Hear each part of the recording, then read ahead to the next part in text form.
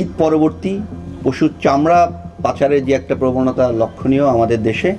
সেটা প্রতিরোধ করার জন্য আমরা যথেষ্ট প্রস্তুতি রেখেছি স্থানীয় জনসাধারণ আপনারা সহ সবার সমন্বয়ে, এবং আমরা দৃঢ় প্রতিজ্ঞ দেশের অর্থনীতির জন্য ক্ষতিকর এই যে প্রক্রিয়া, এই যে প্রক্রিয়া যেটা চলে আসছে হয়তো অনেক দিন ধরে, আমাদের এটা হবে না এবার, এই মর্মে আমরা দৃঢ় প্রতিজ্ঞ। আমরা চলমান যে ঈদের দীর্ঘ ছুটি, এই ছুটি যাতে আমাদের জনসাধারণ নির্বিঘ্নে কাটাতে পারে, উপভোগ করতে পারে, সেটার জন্য আইন শৃঙ্খলা পরিস্থিতি স্বাভাবিক রাখার ক্ষেত্রে সীমান্তবর্তী অঞ্চল সহ সারা বাংলাদেশে বিজিবি তৎপর রয়েছে। ঈদের জামাত থেকে শুরু করে এই যে দীর্ঘ ঈদের ছুটি, এই ছুটি যাতে আমরা সবাই নির্বিঘ্নে উদযাপন করতে পারে জনসাধারণ, এই জন্য আমাদের ব্যাপক প্রস্তুতি রয়েছে। আমরা এবং সীমান্তের সমস্ত সংশ্লিষ্ট সকলকে নিয়ে প্রস্তুত রয়েছি। আমাদের বর্ডার গার্ড বাংলাদেশের তার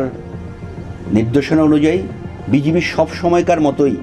সীমান্তে যে কোনো ধরনের সীমান্ত অপরাধ দমনের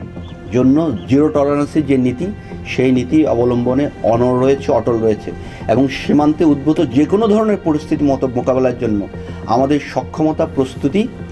রয়েছে। এবং আমরা স্থানীয় প্রশাসন, আইন শৃঙ্খলা রক্ষাকারী বাহিনী এবং জনসাধারণ, সর্বোপরি জনসাধারণ,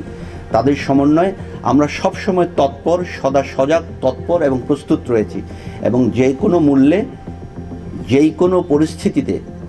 আমরা সীমান্তের সার্বিক নিরাপত্তা, ভৌগোলিক অখণ্ডতা, সার্বভৌমত্ব রক্ষার জন্য প্রস্তুত এবং দৃঢ় প্রতিজ্ঞ।